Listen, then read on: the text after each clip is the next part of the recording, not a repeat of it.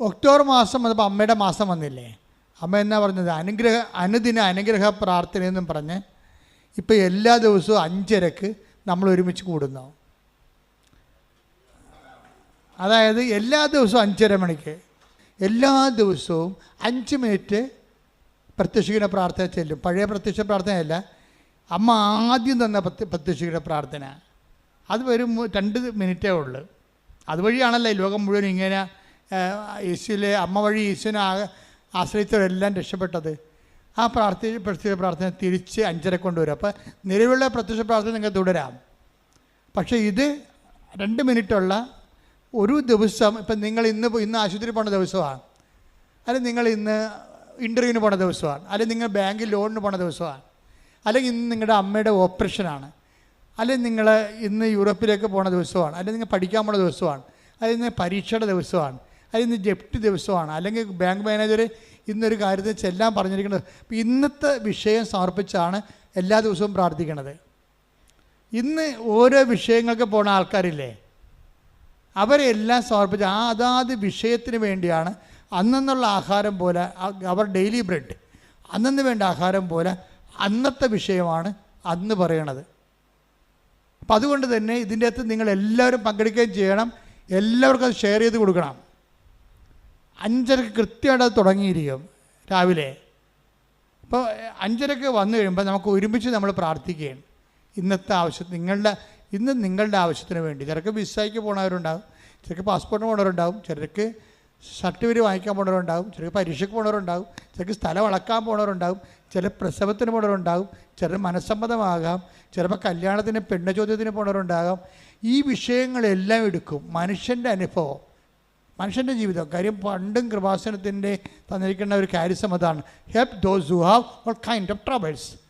അതാ 1 Corinthians 1:4 എല്ലാത്തരം ക്ലേശങ്ങൾ അനുഭവിക്കുന്നവരെയും സഹായിക്കുക. അതാണ് അപ്പോസ്തലികമായ പൗലോസ് അപ്പോസ്തലൻ്റെ വാക്കാണത്. അപ്പോൾ എല്ലാത്തരം ക്ലേശം അനുഭവിക്കുന്നവരെയും ആശ്വസിപ്പിക്കാൻ വേണ്ടി ഉള്ള ഒരു ശുശ്രൂഷയ്ക്കാണ് അമ്മ തുല്യം ചാർത്തിയത്. തൻ്റെ പ്രത്യക്ഷീകരണത്തിലൂടെ ദുരന്തമുണ്ടാകാൻ പോകണോ, ഒരു വ്യക്തി ദുരന്തം മാത്രമല്ല, ലോകത്തിന് മുഴുവന് വേണ്ടി പ്രാർത്ഥിക്കാൻ നിങ്ങളെ ചുമതലപ്പെടുത്തുന്നു. എന്തൊരു ദൈവാനുഗ്രഹമാണ്. ദൈവം മുദ്ര വെച്ച ഒരു സ്ഥാപനത്തിൻ്റെ ശുശ്രൂഷകരായും അതുപോലെ തന്നെ അതിൻ്റെ ഭാഗമാകാൻ കഴിയണത് ദൈവത്തിൻ്റെ വിളിയാണ്. കൈയടിക്കട്ടെ. ഹല്ലേലൂയ, ഹല്ലേലൂയ, ഹല്ലേലൂയ.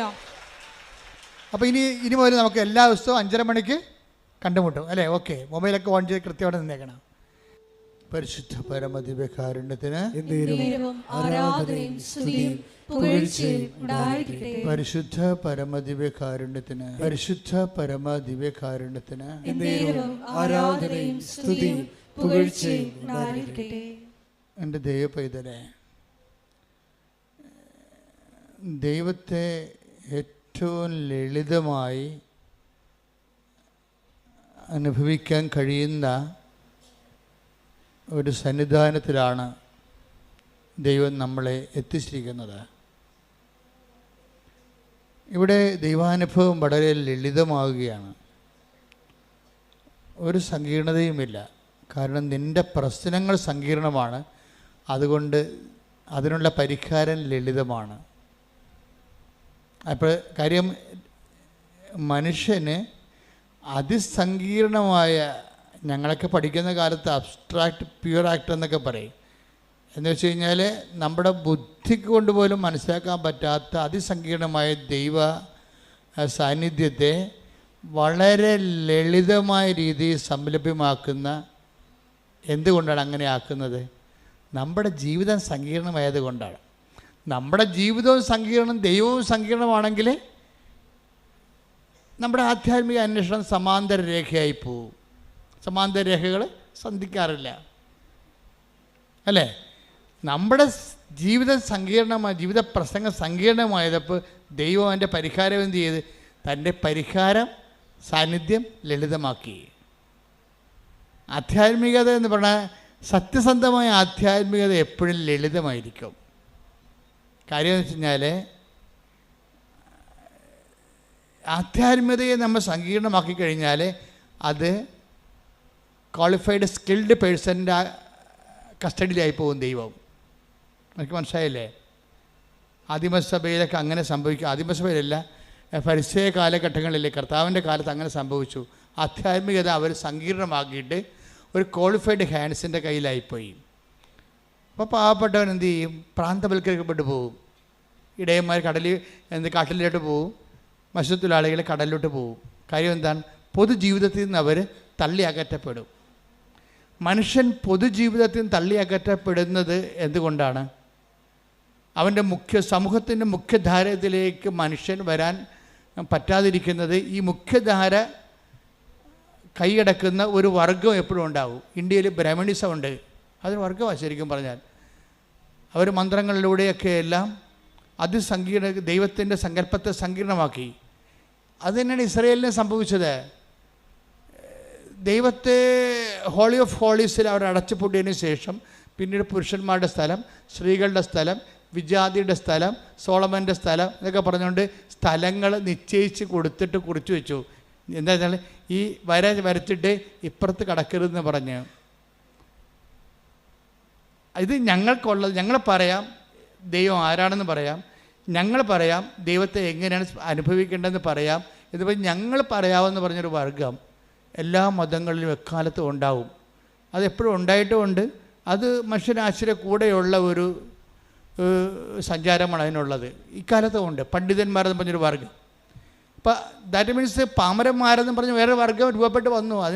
അതായത് പാമരന്മാരെന്നൊരു വർഗം ഇങ്ങനെ അഡ്രസ്സ് ചെയ്യപ്പെടാതെ നിൽക്കുന്നത് കൊണ്ടാണ് ഈ നമ്മൾ പണ്ഡിതന്മാരെന്ന് പറഞ്ഞൊരു വർഗം ഉണ്ടാകുന്നത്. ഈ പണ്ഡിതന്മാരുടെ തടവറയിലായിരിക്കും പലപ്പോഴും ദൈവം ഉള്ളത്. എല്ലാ മതങ്ങളും നോക്കിയാൽ മതി, പണ്ഡിതന്മാരുടെ തടവറയിലായിരിക്കും ദൈവം. പക്ഷേ പാമരന്മാർ 99% ഉണ്ട്. അവരിവരുടെ അടിമകളായി നിൽക്കും. അതുകൊണ്ട് ഈശോ വന്നപ്പോൾ ഈശോ ഇതിനെ എല്ലാത്തിനെയും മതിലുകളെ എല്ലാത്തിനും തട്ടിത്തെറിപ്പിച്ചു. ആദ്യം പോയി ഇടയന്മാരെ വിളിച്ചുകൊണ്ട് വന്നു, മുഖ്യധാരയെ കൊണ്ടുവന്നു. രണ്ടാമത് പോയി മത്സ്യത്തൊഴിലാളികളെ വിളിച്ചുകൊണ്ട് വന്ന് മുഖ്യധാരയെ കൊണ്ടുവന്നു. ഞാൻ ദൈവത്തോട് നിങ്ങളോട് സംസാരിക്കാം. കുറേ ആൾക്കാർ ഇത് കേൾക്കുമ്പോൾ എന്നെ കുരിശ് തറക്കും, അത് വേറെ വിഷയം, അത് പോട്ടെ, അത് പന്നോട് വെച്ച് കാണാം എന്ന് പറഞ്ഞിട്ട് ഇവരെ മുഖ്യധാരയെ കൊണ്ടുവന്നിട്ട് ലളിതമായി ദൈവത്തെക്കുറിച്ച് ഈശോ സംസാരിക്കാൻ തുടങ്ങി. അവസാനം പോകാൻ നേരത്ത് തിരശ്ശേരിയെല്ലാം വരച്ച് കീറിയിട്ടാണ് പോയത്. ദൈവം ലളിതമായി എല്ലാം ഹോളി ഓഫ് ഹോളീസ് എല്ലാ സാധനവും വരച്ച് കീറി. ആ അർത്ഥത്തിൽ ഈശോ റിബലാണ് ശരിക്കും പറഞ്ഞാൽ. അതെന്ത് കാര്യം?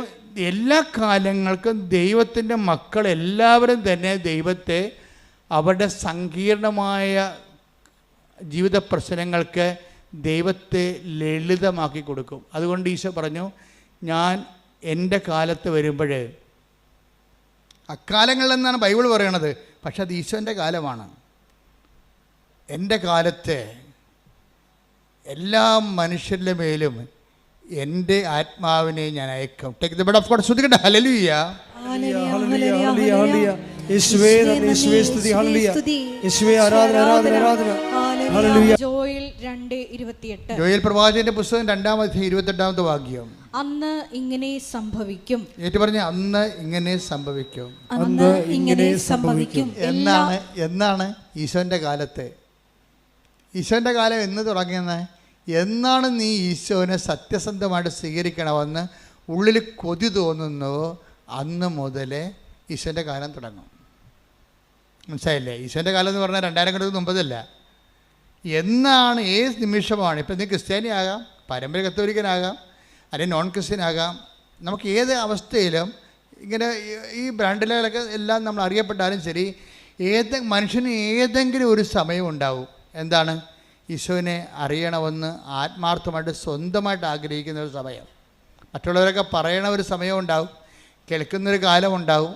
പക്ഷെ നിൻ്റെ ജീവിത പ്രശ്നത്തിൽ സ്വന്തമായിട്ട് ദൈവത്തെ എനിക്ക് വേണം, എനിക്ക് സ്വന്തമായിട്ട് പ്രാർത്ഥിക്കാൻ കഴിയണം, എനിക്ക് സ്വന്തമായിട്ട് ദൈവത്തോട് സംസാരിക്കാൻ കഴിയണം, എനിക്ക് സ്വന്തമായിട്ട് ദൈവത്തോട് ഇടപെടാൻ കഴിയണം എനിക്ക് നിങ്ങളൊന്ന് പറഞ്ഞേ, എനിക്ക് എനിക്ക് സ്വന്തമായി എൻ്റെ ദൈവത്തോട് ഇടപെടാൻ കഴിയണം. എനിക്ക് സ്വന്തമായി എൻ്റെ ദൈവത്തോട് ഇടപെടാൻ കഴിയണം. ഞാനും അവിടുത്തെ മകനാണ്, മകളാണ്. ദൈവം എന്റെയും അവകാശമാണ്. എനിക്ക് സ്വന്തമായി എൻ്റെ ദൈവത്തെ സ്നേഹിക്കാനും ദൈവത്തിന്റെ സ്നേഹം അനുഭവിക്കുവാൻ കഴിയണം. അമ്മേ, പരിശുദ്ധ അമ്മേ, അതിനായി എന്നെ ഒരുക്കണമേ, എനിക്കായി പ്രാർത്ഥിക്കണമേ. ശ്രദ്ധിക്കട്ടെ, എന്നുമെന്നും കൂടെ ഇരിപ്പാൻ.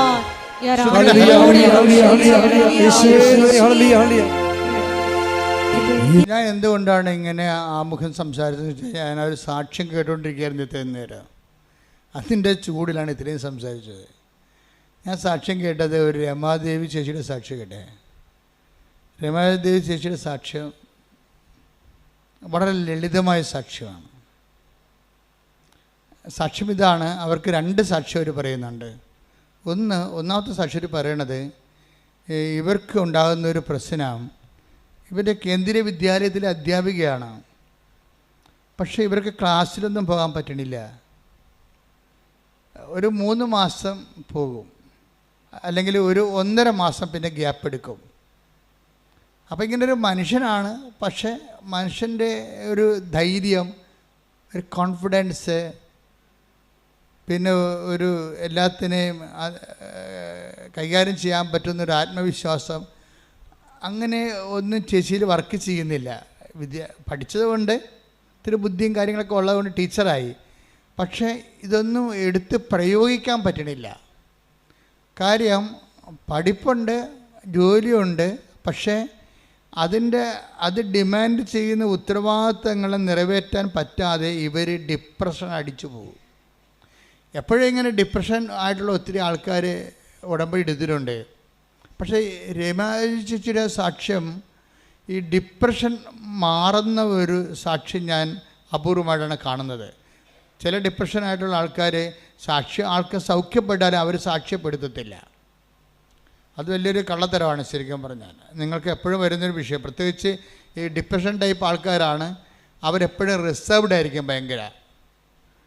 അപ്പോൾ അവർക്കൊരു ഹെൽപ്പ് കിട്ടിയാലും അവർ പൊതുസമൂഹത്തിൽ അത് പറയത്തില്ല.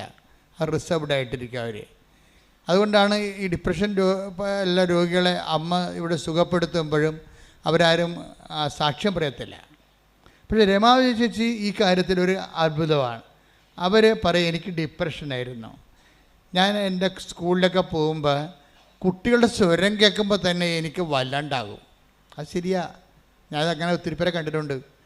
നമ്മൾ സ്കൂളിലേക്ക് ടീച്ചർ ചെല്ലുമ്പോഴേ 3 മാസം ഡിപ്രഷൻ കൊണ്ട് വീട്ടിൽ ഇരുന്നിട്ട് 2.5 മാസം ലീവ് എടുത്തിട്ടാണ് പിന്നീട് ലോസപ്പയൊക്കെ കഴിഞ്ഞിട്ടാണ് ഇവർ ബാങ്ക് ഒക്കെ എടുത്ത് എന്നാൽ ഇനി പോയേക്കാം എന്ന് വിചാരിച്ചുകൊണ്ട് എല്ലാവരും വീട്ടിലുള്ളവർ തള്ളുമല്ല. ഇങ്ങനെ ഇരുന്നാൽ മതിയാ, ജീവിക്കണ്ടേ, കാശ് വേണ്ടേ, പണമില്ല മനുഷ്യൻ പണമല്ലേ എന്നൊക്കെ പറഞ്ഞുകൊണ്ട് ആൾക്കാരുടെ ഒരു വിദ്യാഭ്യാസം കൊടുക്കില്ല. അങ്ങനെ വരുമ്പോൾ ചൂട് പിടിച്ചിട്ട് ഇറങ്ങുമ്പോഴും ഇവർ റോഡിൽ നിന്ന് സ്കൂളിൻ്റെ കയറുമ്പോൾ തന്നെ ഇവർക്ക് സർവാംഗം വിറക്കാൻ തുടങ്ങും. എന്താണ്, അവരെ പിടിച്ചില്ലാന്നും പറഞ്ഞില്ലേ, ഷീ തിങ്സ് സോ. അതാണ് പ്രശ്നം. ആരും പിടിച്ചില്ലാന്ന് പറഞ്ഞില്ല. അവരെന്ത് വിചാരിക്കും, ടീച്ചറും മാസ്റ്റർ എന്ത് വിചാരിക്കും, പിള്ളേർ എന്നെ നോക്കണത്, പിള്ളേർ എന്നെ നോക്കുകയായിരിക്കും. ആരും നോക്കണമെന്നല്ല, ടീച്ചറെ കണ്ടില്ല, അവർ നോക്കി, അത്രേ ഉള്ളൂ. ടീച്ചറെ ദിവസം കണ്ടില്ലല്ല, പക്ഷെ നോക്കുമ്പോൾ അവരെന്നെ എന്ത് തുറച്ച് നോക്കണമല്ല. ഇങ്ങനെയൊക്കെ ഉള്ള ഒരു വ്യവലാദികളൊക്കെ മനുഷ്യനുണ്ടാവും. എന്നെ തന്നെ എനിക്ക് നോക്കണം, എൻ്റെ കാര്യം തന്നെ എനിക്ക് പറയണതെന്നൊക്കെ പറഞ്ഞുകൊണ്ട് ചില ആൾക്കാർ ഇങ്ങനെ പറയത്തില്ലേ, അവർക്കൊരു സൗകര്യം കിട്ടത്തില്ല, ഉറങ്ങാൻ പോലും പറ്റത്തില്ല അവർക്ക്. അപ്പോൾ ഈ പിള്ളേരുടെ സ്വരം കേൾക്കുമ്പോൾ തന്നെ ടീച്ചറിന് അസ്വസ്ഥതയാണ്. തിരിച്ച് വീട്ടിൽ പോയാലോ, കൊണ്ട് ബാഗ് വെച്ചിട്ട് പോയി കിടന്ന് ഉറങ്ങിയാലോ എങ്ങനെ തോന്നും, തിരിച്ചു പോയാലോ എന്ന് തോന്നും. ഇതാണ് എന്ന് വെച്ചാൽ ഫേസ് ചെയ്യാൻ പറ്റും, പൊതുസമൂഹത്തെ ഫേസ് ചെയ്യാൻ പറ്റുന്നില്ല. അത് ടീച്ചറിൻ്റെ ഒരു കാര്യം മാത്രമാണത് ശരിക്കും പറഞ്ഞാൽ.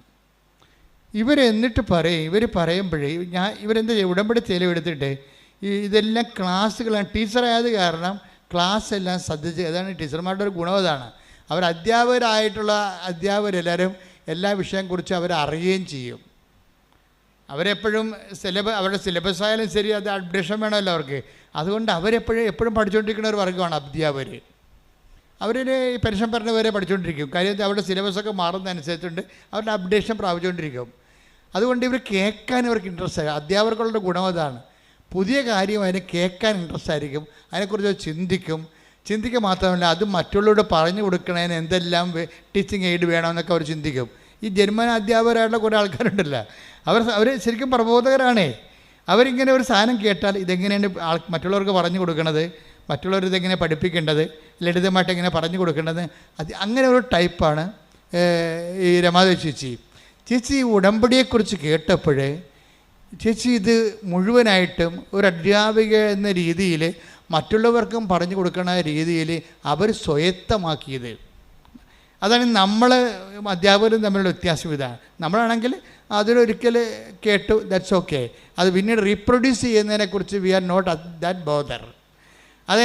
അതാണ് വിഷയം. ഇത് റീപ്രൊഡ്യൂസ് എനിക്കാണ് ഉടമ്പടി ക്ലാസ്സിൽ പങ്കെടുക്കുന്നവരെല്ലാവരും ഇത് വീണ്ടും മറ്റുള്ളവരോട് പറഞ്ഞു കൊടുക്കേണ്ടതാണെന്നൊരു ബോധ്യത്തിലാണ് നിങ്ങൾ ഉടമ്പടി ക്ലാസ്സിൽ പങ്കെടുക്കുകയാണെങ്കിൽ പെട്ടെന്ന് ക്യാച്ച് ചെയ്യാൻ പറ്റും.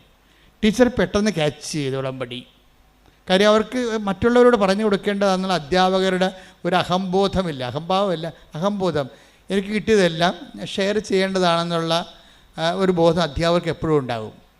അപ്പം അതുകൊണ്ട് ടീച്ചർ ഇത് വളരെ നിശ്ചിതമായ രീതിയിൽ ഉടമ്പടി കേൾക്കുകയും this is may be my last aboard.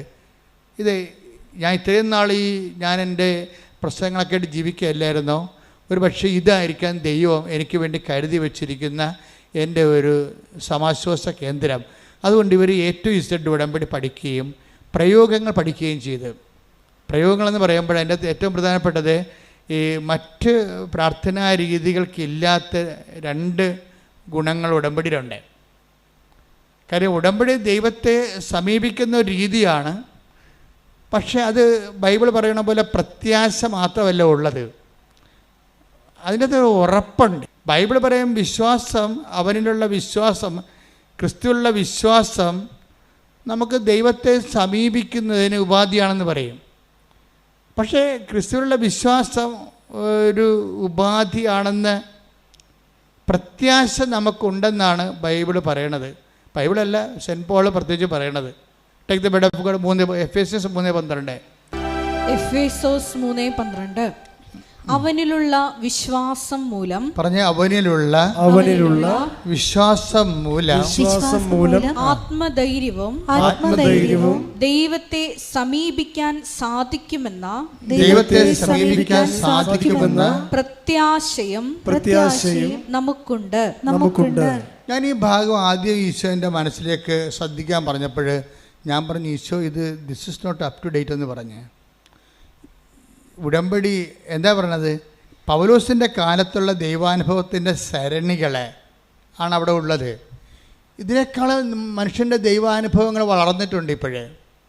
Bible കാലഘട്ടത്തെക്കാളും Bible കാലഘട്ടം മുഴുവനും അതൊരു കോളേജ് ബുക്കല്ലേ, ഒരു ഉപരിപഠനത്തിന്, ആധ്യാത്മിക ഉപരിപഠനത്തിനുള്ളതാണ് ഈ പുതിയ നിയമം എന്ന് പറയുന്നത്. പ്രത്യേകിച്ച് പൗലോസിൻ്റെ ലെറ്റേഴ്സൊക്കെ നമ്മൾ BA കഴിഞ്ഞ് MA എടുത്തിട്ട് പിന്നീട് നമ്മൾ PhDക്ക് പോകുമ്പോൾ ആധ്യാത്മിക ഉപരിപഠനത്തിനുള്ള പുസ്തകങ്ങളാണ് സെൻറ്റ് പോളിൻ്റെ പുസ്തകങ്ങൾ. നിങ്ങൾ വായിക്കുമ്പോൾ വളരെ ശ്രദ്ധിച്ച് വായിക്കേണ്ടതാണ്.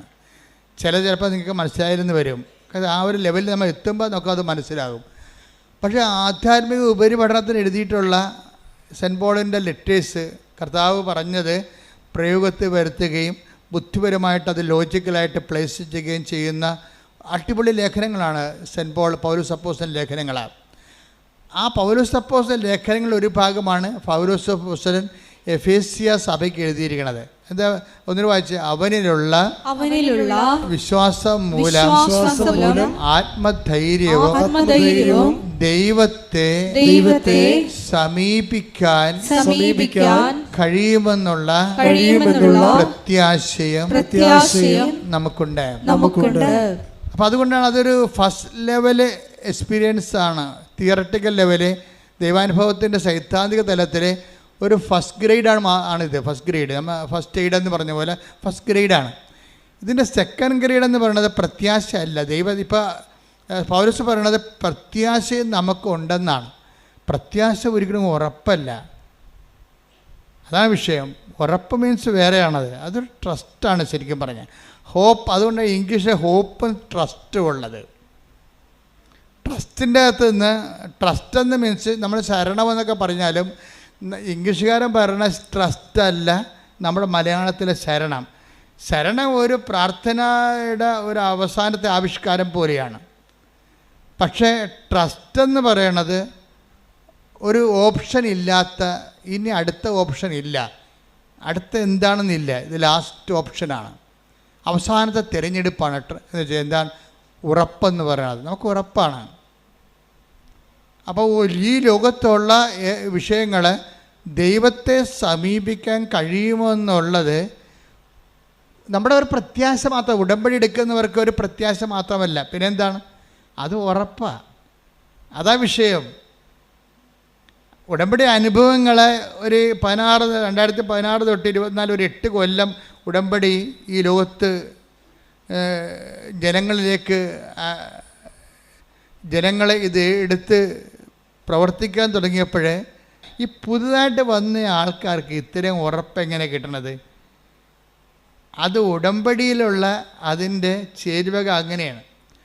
നമുക്ക് പ്രത്യാശ മാത്രമല്ല തരണത്, പിന്നെന്താണ്, ഉടമ്പടി ഉറപ്പാണ് ഉടമ്പടി. അതെന്താ കാര്യം വെച്ച് കഴിഞ്ഞാൽ അവനിലുള്ള പ്രത്യാശ മൂലം, പറഞ്ഞേ, അവനിലുള്ള ആത്മധൈര്യവും ദൈവത്തെ സമീപിക്കാൻ കഴിയുമെന്നുള്ള എന്താണ്, പ്രത്യാശ അല്ല, മറിച്ച് ഉറപ്പും നമുക്കുണ്ട്. അതാണ് വിഷയം.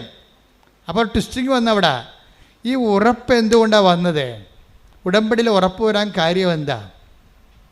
ഇപ്പം നമുക്കറിയാം. ഇപ്പോൾ ഞാൻ ഇന്നലെ അപ്പോച്ചനോടൊക്കെ സംസാരിക്കുകയായിരുന്നു. അതായത് ഈശോയുടെ അവസാന കാലങ്ങളിലെ, മനുഷ്യാവതാരത്തിൻ്റെ അവസാന കാലങ്ങളിലെ ഇവിടെ അവൻ തീവ്രവേദനയും മുഴുകി. ലുക്ക 22-ാം അധ്യായം 44-ാമത്തെ വാക്യം. അവൻ തീവ്രവേദനയിൽ മുഴുകി. പറഞ്ഞേ, അവൻ തീവ്രവേദനയിൽ മുഴുകി. കൂടുതൽ തീക്ഷ്ണമായി പ്രാർത്ഥിച്ചു. അവന്റെ വിയർപ്പ് രക്തത്തുള്ളികൾ പോലെ നിലത്തു വീണു. അത് കർത്താവിൻ്റെ ഫ്ലോപ്പായ പ്രാർത്ഥനകളിൽ ഒന്നാണിത്. ഫ്ലോപ്പായ പ്രാർത്ഥന, നമ്മൾക്ക് ഫ്ലോപ്പായ പ്രാർത്ഥന ഉണ്ടെങ്കിൽ നമ്മുടെ പ്രാർത്ഥന കേൾക്കുന്നില്ല, നേരെ മറിച്ച് സംഭവിച്ചാൽ നമ്മൾ എന്ത് ചെയ്യും? പല ആൾക്കാരും വിശ്വാസം വെടിഞ്ഞു പോകും. ഇതാണ് വിഷയം. ഈശോ മനുഷ്യനായതിൻ്റെ പേരിലുണ്ടായ ഏറ്റവും വലിയ കോൺട്രിബ്യൂഷൻ എന്ന് പറയണത് ആധ്യാത്മികതയ്ക്ക് ഒരു ക്രൈസ്റ്റ് സ്റ്റാൻഡേർഡ് വന്ന്, ക്രിസ്തുവിൻ്റെ ഒരു നിലവാരം.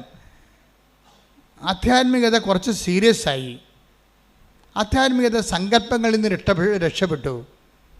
പലതരത്തിലുള്ള അഭ്യൂഹങ്ങളിൽ നിന്ന് ആധ്യാത്മികതയെ ഈശോ രക്ഷപ്പെടുത്തി കൊണ്ടുപോകുന്ന 22:44 ഈശോ എന്താ പ്രാർത്ഥിക്കണത്? സാധ്യമെങ്കിൽ പിതാവേ, ഈ പാനപാത്രം എന്നെ കടന്നു പോകട്ടെ. അതാണ് പ്രാർത്ഥിക്കുന്നത്. അപ്പോൾ പരിശുദ്ധാത്മാ പറയും, ഈ പ്രാർത്ഥനയ്ക്ക് കുറച്ച് എററുണ്ട്, ഇത് എന്തുമാത്രം ഇത് മുഴുവനും ചിലപ്പോൾ റിജക്റ്റ് ചെയ്യാൻ സാധ്യതയുണ്ട് എന്ന് ഈശോയോട് പരിശുദ്ധാത്മാവ് പറയും. ഉടനെ ഈശോ പരിശുദ്ധാത്മാവിൻ്റെ ആ ആലോചന കിട്ടിക്കഴിഞ്ഞപ്പോൾ ഒരു കഷ്ണം കൂടി കൂട്ടിച്ചേർക്കും. എന്താണ്? എങ്കിലും എൻ്റെ ഇഷ്ടമല്ല. അതാണ് പരിശുദ്ധാത്മാവ് ഉണ്ടായിരുന്ന ഗുണം വെച്ചാൽ നമ്മുടെ പ്രാർത്ഥനയുടെ ബയോളജി ഒന്ന് തിരുത്തും. നമ്മളെ തിരുത്തത്തില്ല. നമ്മുടെ പ്രാർത്ഥനയെ നമ്മൾ തിരുത്തത്തില്ല. നമ്മൾ ആ പ്രാർത്ഥനയിൽ തന്നെ ഉറച്ചു നിൽക്കും. പക്ഷെ പരിശുദ്ധാത്മാവ് ഉണ്ടെങ്കിൽ പ്രാർത്ഥന തിരുത്തും. ഇപ്പം ഈശോ എന്താ പ്രാർത്ഥിച്ചത്? 22:44 എന്താ പ്രാർത്ഥിച്ചത്? സാധ്യമെങ്കിൽ പിതാവേ, പറഞ്ഞേ, സാധ്യമെങ്കിൽ പിതാവേ, ഈ പാനപാത്രം എന്നെ കടന്നു പോകട്ടെ. പാനപാത്രം എന്ന് പറഞ്ഞാൽ എന്താണ്? കുരിശുമരണമാണ്. കുരിശുമരണം എനിക്ക് സംഭവിക്കാതിരിക്കട്ടെ. I am so fear about it. ഞാനിങ്ങനെ ഒരുതരം ആങ്സൈറ്റിയിലാണ് ഈ വിഷയം. ഇപ്പോൾ ദൈവത്തിൻ്റെ തിരുസന്നിധിയിൽ ഉള്ളതുപോലെ പറയും. അതാണ് ഈശോയുടെ പ്രാർത്ഥനയുടെ ഒരു പ്രത്യേകത. അതാണ്, നിങ്ങളും അങ്ങനെ ഇരിക്കണം, ഞാനും അങ്ങനെ ഇരിക്കണം. എന്താ സംബന്ധിച്ചത്, നമുക്ക് what you feel you just place as it is. നിങ്ങൾക്ക് എന്താണ് ഫീൽ ചെയ്യുന്നത്, എന്ത് ഫീൽ ചെയ്താലും. ഇപ്പം നിങ്ങൾ കുർബാനയ്ക്ക് വരും, നിങ്ങൾക്ക് വെറുപ്പാണ് ഫീൽ ചെയ്യണമെന്ന് വിചാരിച്ചോ, അപ്പോൾ ദൈവത്തിൽ പറഞ്ഞത് എനിക്ക് വെറുപ്പാണ് ഫീൽ ചെയ്യണത് ആ വ്യക്തിയോട്, എനിക്ക് ആ വെറുപ്പിൽ നിന്ന് മോചനമില്ല, കാര്യം എന്നോട് അങ്ങനെയാണ് ചെയ്തിരിക്കണം. നിങ്ങളത് തന്നെ പറഞ്ഞുകൊണ്ടിരിക്കണം. നിങ്ങളത് തന്നെ നിങ്ങളുടെ മനസ്സിൽ എന്ത് വരുന്നു അത് പ്ലേസ്, അല്ല അത് വെച്ചുകൊണ്ട് വേറെ ഒന്നും പറയരുത്. വേറെ ഒന്നും, വാട്ട് യു ഫീൽ. നിങ്ങൾക്ക് ചിലപ്പോൾ ഈ മദ്യത്തോട് കൊതിയാണ് തോന്നണമെന്ന് വിചാരിച്ചോ, ഈശോ ഉടമ്പടി എടുത്തിട്ടുണ്ട്, എനിക്ക് മദ്യത്തോട് കാണുമ്പോൾ കൊതി തരണം. അപ്പോൾ അങ്ങനെ തന്നെ പറയണം. അത് പല പ്രാവശ്യം പറയണമെന്നേ ഉള്ളൂ. എന്താണ് നിങ്ങൾക്ക് തോന്നണത്, നിങ്ങളുടെ വികാരങ്ങളെ തന്നെയാണ് ശബ്ദമാക്കി നിങ്ങൾ കൺവേർട്ട് ചെയ്യണത് ദൈവതിരുസന്നിധിയിൽ. കാര്യം നിങ്ങൾ സത്യസന്ധമായിട്ട് പറഞ്ഞില്ലെങ്കിൽ എന്താ കുഴപ്പം, നിങ്ങൾ മനസ്സിൽ ഒന്ന് വെച്ചുകൊണ്ട് വേറെ ഒന്ന് പറയണം. ദൈവത്തിന് അറിയാമല്ലോ, കാര്യം ദൈവത്തിന് നിങ്ങളുടെ മനസ്സറിയാമല്ലോ. അപ്പോൾ വളരെ നേക്കഡ് ബിഫോർ ഗോഡ്. ബിഷപ്പ് റോബിൻസൻ്റെ ഒരു പുസ്തകത്തിൻ്റെ ഹെഡിങ് തന്നെ അങ്ങനെയാണ്, നേക്കഡ് ബിഫോർ ഗോഡ്. ദൈവത്തിൻ്റെ ദിവസത്തിന് മുമ്പിൽ നഗ്നനായി നിൽക്കുക എന്നാണ്. തുണിയില്ലാണ്ട് നിൽക്കുന്നതല്ല, നമ്മൾ റിസർവ്ഡ് അല്ലാതെ നിൽക്കുക, വേറെ ഒന്ന് ചിന്തിച്ചിട്ട് വേറെ ഒന്ന് ആലോചിക്കരുത്. ഇത് എപ്പോഴും പ്രാർത്ഥനയ്ക്ക് എപ്പോഴും ഉണ്ടാകുന്ന ഒരു സത്യസന്ധത ഉണ്ടാകണം. നിങ്ങൾ ഉദ്ദേശിക്കുന്നത്, നിങ്ങളുടെ ഉദ്ദേശം എന്താണെന്ന് ദൈവത്തിന് അറിയാം. കർത്താവ്, ഞാൻ ശരിക്കും പറഞ്ഞാൽ അനിയന് ചേട്ടന് പിള്ളേരെ ഉണ്ടാകരുതെന്ന് ഞാൻ ഉദ്ദേശിക്കുന്നുണ്ട്. എന്താ കാര്യം, ചേട്ടന് പിള്ളേരെന്ന് കേൾക്കുമ്പോൾ എൻ്റെ ഉള്ളിൽ സന്തോഷമുണ്ട്. എന്താ കാര്യം, അവൻ്റെ ഓഹരി കൂടി എനിക്ക് കിട്ടുമല്ല എന്ന്. ഇത് നിങ്ങൾ ഇത് മനസ്സിൽ വെച്ചുകൊണ്ട് പറഞ്ഞിട്ട് പോലെ കാര്യമുണ്ട്. ദൈവത്തിന് അറിയാം നിങ്ങൾക്ക്. അപ്പോൾ നിങ്ങൾ ഫ്രോഡാകും. അപ്പം നിങ്ങളിപ്പോൾ ചേച്ചി ആശുപത്രിയിൽ പോയി പോയപ്പോൾ നിങ്ങളുടെ ഭാര്യയോട്, അനിയനാണെങ്കിൽ അനിയൻ്റെ ഭാര്യയോട് ചോദിക്കും, എന്താണ് ചേച്ചിക്ക് ഈ പ്രാവശ്യം, അത് പോയി, അത് അപോർഷനായി പോയെന്നാണ് പറഞ്ഞത്. അപ്പം ഇവന് ഒരു ദീർഘനിശ്വാസം. അപ്പം ഈ ചേട്ടൻ്റെ ഭാര്യയുടെ കൊച്ച് അപോർഷനായി പോയെന്ന് കേൾക്കുമ്പോൾ അനിയന് ദീർഘനിശ്വാസം എന്ന് പറയുമ്പോൾ ആനന്ദത്തിൻ്റെ ഒരു ദീർഘനിശ്വാസമാണത്. എന്താ കാര്യം, നമുക്ക് ആ ഓഹരി കൂടി കിട്ടുമല്ല എന്നുള്ള ചിന്ത എല്ലാവർക്കും ഉണ്ടെന്ന് ഞാൻ പറയണില്ല. പക്ഷേ ഇതുപോലെയുള്ള വൈകൃതങ്ങൾ എല്ലാവരുടെ മനസ്സിലും ഉണ്ട്. പലരുടെ മനസ്സിൽ പല രീതിയിലാണ് ഉള്ളത്, പല രീതി. ഇപ്പം കൺഗ്രാജുലേഷൻ പറയുമ്പോഴും ഉള്ളിൽ പറയും, നിനക്ക് ഞാൻ വെച്ചിട്ടുണ്ടെന്ന് പറയും. മാർക്ക് ചിലപ്പോൾ 5 കിട്ടിയായിരിക്കും കൂടുതൽ. 5 മാർക്ക് നമ്മുടെ 5 മാർക്ക് നമ്മളെക്കാൾ കൂടുതൽ കിട്ടിയെന്ന് വിചാരിക്കും. അല്ല, ഇത് കെട്ടിപ്പിടിച്ചൊരു കൺഗ്രാജുലേഷനൊക്കെ പറയും. മലയാളിയെപ്പോലും ഇതുപോലെ കാപറ്റം പിടിച്ച സാധനം ലോകത്ത് ഒരിടത്തും കാണത്തില്ല. കാര്യം നമ്മൾ ഒന്ന് വെച്ചിട്ട് വേറൊരു സാധനം അങ്ങോട്ട് പറയും. ഇത് ആധ്യാത്മികതയിൽ വർക്കൗട്ട് ചെയ്യത്തില്ല. പ്രാർത്ഥന സത്യസന്ധമായി ഈശോ പറയണം. എന്താ മനസ്സിൽ തോന്നുന്നത്, യു ജസ്റ്റ് പ്ലേസ് ഇറ്റ്. ഇത് പ്ലേസ് ചെയ്യാതെ ഇരുന്നൊരു മനുഷ്യനാണ് യൂദാസ്. അവസാന നിമിഷം വരെ മനസ്സിലുള്ളത് തുറന്ന് പറയത്തില്ല.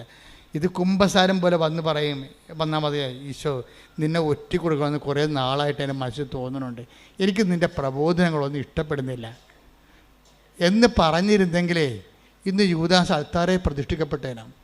കുംഭസാരിക്കാതിരുന്നാൽ അവൻ്റെ കുഴപ്പം. കുംഭസാരിക്കാൻ നേരിട്ട് ദൈവം അവൻ്റെ കൂടെ ഉണ്ടായിട്ടും ആ പന്നി കുംഭസാരിച്ചില്ല. എന്തൊരു ഭാഗ്യമായിരുന്നു അവന്, കർത്താവ് കൂടെ നടക്കണ. അപ്പോഴൊന്നും പറഞ്ഞു, എനിക്ക് കർത്താവ് എനിക്കൊരു കാര്യം, നീ എന്നെക്കുറിച്ചൊന്നും തോന്നരുത്, എൻ്റെ ഒരു മൈൻഡ് സെറ്റ് അങ്ങനെയാണ്. കുഞ്ഞുനാളും പോലെ പല പല വിഷയങ്ങൾ ഇടപെട്ടിരിക്കണ കാരണം എനിക്ക് ഈ ആധ്യാത്മികതൊന്നും തലയിൽ കയറത്തില്ല. നീ പറയണത് എനിക്ക് ഇപ്പോഴും നിന്നെ വിശ്വാസമില്ല, പക്ഷേ എനിക്ക് നിന്നെ ഒറ്റിക്കൊടുക്കണമെന്ന് തോന്നുകയും ചെയ്യുന്നുണ്ട്. എനിക്ക് ആശരാന്നവർ പറഞ്ഞിട്ടുണ്ട്. എന്നെങ്ങാനും ഒരു വാക്ക് പറഞ്ഞിരുന്നെങ്കിൽ, അത് രഹസ്യമല്ലേ, രഹസ്യമായിട്ട് പറഞ്ഞാൽ മതിയായിരുന്നു ശരിക്കും പറഞ്ഞാൽ. ഇപ്പം എന്നാ പറ്റി, ആത്മഹത്യയും ചെയ്ത് പരസ്യമാകുകയും ചെയ്ത് ഈ ഭൂമി ഉണ്ടാകുന്ന കാലം കള്ളനുമായി. എന്തിനാണ് ഈ കച്ചവടത്തിന് പോണത്? ദൈവത്തോട് ഉള്ളതുപോലെ അങ്ങോട്ട് പറയുക, ഉള്ളത് എന്താണോ ഉള്ളതുപോലെ പറയുക. എന്തായാലും പറഞ്ഞാൽ ഒന്നാമത്തെ റീഫണ്ട് ചെയ്യേണ്ടത് ആരാണ്? നമ്മുടെ എല്ലാ ഇനിക്വിറ്റീസും ഏറ്റെടുത്തിരിക്കുന്ന ക്രിസ്തുവാണ്. അപ്പോൾ അവനോട് പറഞ്ഞു കഴിഞ്ഞാൽ പിന്നെ പ്രശ്നം തീർന്ന്. നമുക്ക് എന്തെങ്കിലും സംഭവിച്ചാൽ റെക്ടിഫൈ ചെയ്യാനുള്ള ആളും അവൻ തന്നെയാണ്. അതായ വിഷയം. നമുക്ക് എന്തെങ്കിലും സംഭവിച്ചാൽ നമ്മൾ ഏത് അവസ്ഥയിലും നിലനിർത്താൻ അധികാരമുള്ളവനും ശക്തിയുള്ളവനും അവനാണ്. പ്രാർത്ഥിക്കുക. കർത്താവായ ദൈവമേ, കർത്താവായ ദൈവമേ, നിന്നോട് ഇടപഴകുന്നതിന് വളരെ സുതാര്യമായ ഒരു മനോനിലവാരം കൈവരിക്കുവാൻ എന്നെ സഹായിക്കണം. ശ്രദ്ധിക്കട്ടെ. ഹല്ലേലൂയ.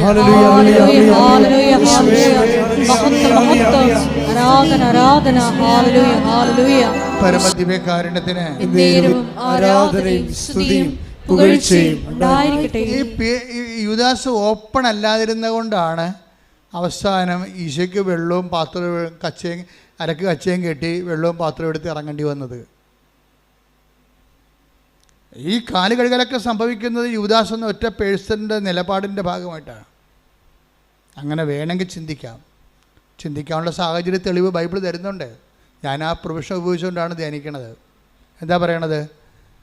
എല്ലാവരുടെയും പാദങ്ങളെ ഇവൻ ചുറ്റി നടന്ന് കഴുകും. യൂദാസിനെയും ആ കൂട്ടത്തിൽ കഴുകും. കഴുകിയിട്ട് ഇവൻ പറഞ്ഞ ഡയലോഗാണ് പ്രധാനപ്പെട്ടത്. നിങ്ങളെല്ലാവരും ശുദ്ധിയുള്ളവരാണ്. അതാണ്.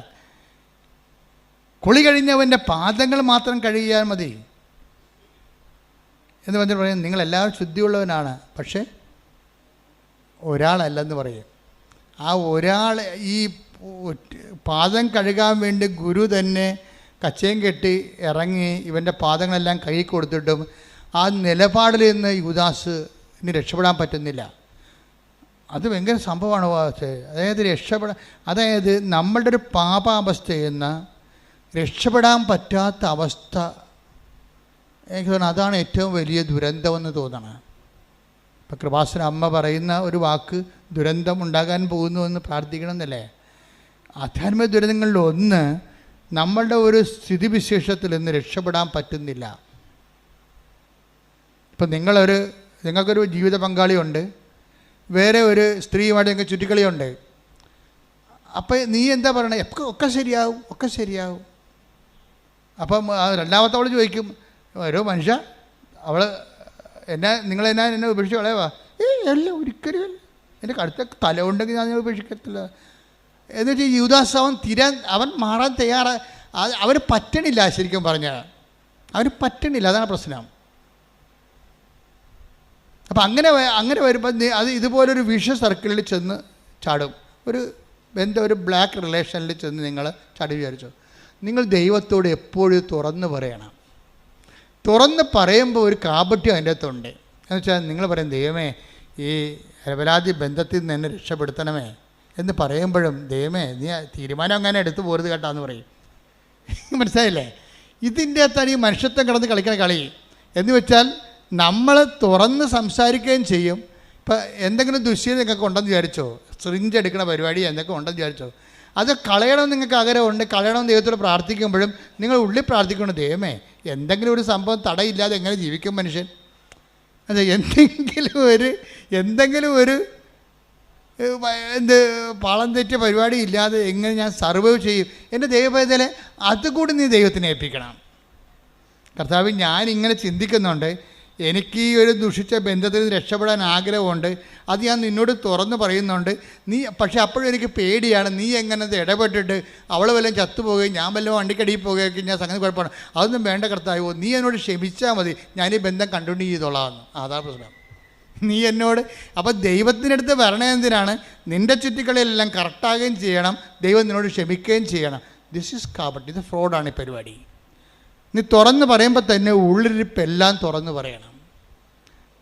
പിതാവിനോട് തുറന്ന് പറയാൻ പറ്റാത്തൊരു കേസ് കെട്ടാണ് ഇപ്പോൾ ഈശോ പ്രാർത്ഥിക്കണത്. എന്താ കാര്യം? ഇതിനു വേണ്ടിയാണ് വന്നതെന്ന് പല പ്രാവശ്യം ഈശോ തന്നെ പറയുന്നുണ്ട്. പിന്നെ ഇതിനു വേണ്ടിയാണ് ഞാൻ ഈ ലോകത്തിൽ വന്നത്. Take the bed of God. ശ്രദ്ധിക്കട്ടെ. ഹല്ലേലൂയ, ഹല്ലേലൂയ, ഹല്ലേലൂയ, ഹല്ലേലൂയ, ഹല്ലേലൂയ. യേശുവേ നന്ദി, യേശുവേ സ്തുതി, ഹല്ലേലൂയ. യേശുവേ ആരാധന. 29 യേശു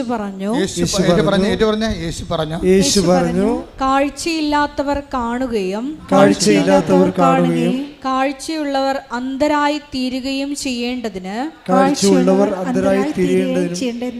ന്യായവിധിക്കായിട്ടാണ് ഞാൻ ഈ ലോകത്തിലേക്ക് വന്നത്. ന്യായവിധിയെല്ലാം കഴിയുന്ന സംഭവം എന്ന് പറയുന്നത് കർത്താവിൻ്റെ തിരുമരണം കഴിഞ്ഞിട്ടാണ് ന്യായവിധി വരണത്.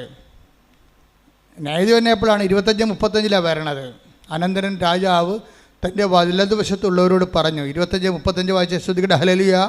ഹല്ലേലൂയ ഹല്ലേലൂയ ഹല്ലേലൂയ ഹല്ലേലൂയ ഹല്ലേലൂയ ഹല്ലേലൂയ യേശുവേ ആരാധന ആരാധന ആരാധന ആരാധന. മത്തായി 25:34. അനന്തരം രാജാവ് തൻ്റെ വലതുഭാഗത്തുള്ളവരോട് അരുളി ചെയ്യും, എൻ്റെ പിതാവിനാൽ അനുഗ്രഹിക്കപ്പെട്ടവരെ വരുവിൻ, ലോകസ്ഥാപനം മുതൽ നിങ്ങൾക്കായി സജ്ജമാക്കിയിരിക്കുന്ന രാജ്യം അവകാശപ്പെടുത്തുവിൻ. ഇതാണ് ന്യായവിധി. Praise the Lord. അതായത് ഈ ലൂക്ക 9:31 മത്തായി 25:34 തമ്മിൽ ഇന്റർകണക്റ്റഡ് ആണ്. ശരിക്കും കാഴ്ചയുള്ളവർ അന്ധരായി തീരുകയും കാഴ്ചയില്ലാത്തവർ കാഴ്ച പ്രാപിക്കുകയും ചെയ്യുന്ന ന്യായവിധിയാണ്. ആ ന്യായവിധിയിൽ സംഭവിക്കണത് എന്താണെന്ന് വെച്ച് കഴിഞ്ഞാൽ, ആ വലതുവശത്ത് നിൽക്കുന്നവരും ഇടതുവശത്ത് നിൽക്കുന്നവരും എന്നൊക്കെ പറയണത്, ശരിക്കും പറഞ്ഞാൽ ഈ വലതുവശത്ത് നിൽക്കുന്നവർ പണ്ട് അന്ധന്മാരായിരുന്നു, ദൈവത്തിൻ്റെ വചനം കണ്ടിട്ടും കാണാത്തിരുന്ന ആൾക്കാരാണ്. പക്ഷേ മറ്റേ ഇടതുവശത്ത് നിൽക്കുന്ന ആൾക്കാർ ഞങ്ങൾ കണ്ടു എന്ന് പറയുന്ന ആൾക്കാരായിരുന്നു. അതായിരുന്നു ഇത് വിഷയം വരണത്. പക്ഷെ കണ്ടെങ്കിലും അത് അവർ പ്രയോഗത്തിൽ വരുത്തുന്നതിൽ അവർ പെശക് സംഭവിച്ചു. അങ്ങനെ ഉടമ്പടിയിലും അന്ധന്മാരുണ്ടല്ലോ, ഉടമ്പടി എടുത്തുകൊണ്ട് പോവുകയും ചെയ്യും, ഉടമ്പടിയുടെ കാര്യങ്ങളൊന്നും ചെയ്യത്തില്ല. അത് പ്രാക്ടിക്കലായിട്ടുള്ള ബ്ലൈൻഡ് മാൻ ഉണ്ട്, ഉടമ്പടിയിലുണ്ട്, ഒത്തിരി പേരുണ്ട്. അതുകൊണ്ടാണ് അത് നിങ്ങൾ ഉടമ്പടി എടുക്കാൻ വരുമ്പോൾ തന്നെ പ്രാക്ടിക്കൽ ബ്ലൈൻഡാണെന്ന് ദൈവത്തിന് അറിയാം. കാര്യം ഇവരെല്ലാം അറിയും, പക്ഷെ അത് ചെയ്യത്തില്ല.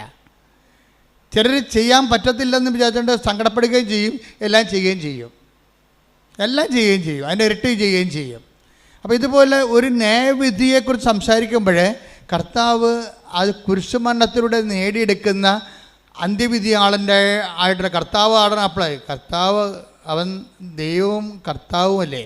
എൻ്റെ കർത്താവ് തോമസ് ലീഗ എന്താ വിളിക്കണത്? എൻ്റെ കർത്താവേ എൻ്റെ ദൈവമേയാണ്. അപ്പോൾ എൻ്റെ ദൈവമാണ് കർത്താവ് എന്ന് പറയുമ്പോൾ വിധിയാളനാണ് ശരിക്കും. അവൻ ഉയർത്തെഴുന്നേറ്റ് കഴിഞ്ഞാൽ പിന്നെ വിധിയാളനായി. കർത്താവ് മരണത്തെ ജയിച്ച് കഴിഞ്ഞ് കർത്താവ് പാപത്തിന് പരിഹാരം ചെയ്ത് കഴിയുമ്പോൾ അവൻ മരണത്തെ ജയിച്ചു. അപ്പോൾ വിധിയാളനായി, കർത്താവായി. അതാണ് എൻ്റെ കർത്താവേ എന്ന് വിളിക്കണത്. എൻ്റെ കർത്താവ് ആരാണ്? ദൈവമാണവൻ. അപ്പോൾ എൻ്റെ കർത്താവ് എൻ്റെ ദൈവമേ എന്ന് വിളിക്കുമ്പോൾ ഈ വിധിയാളനാകുന്നതിന് മുമ്പ് ഉള്ളതാണ് കുരിശുമരണം, പാപത്തിന് പരിഹാരം ചെയ്യുന്നുള്ളത്.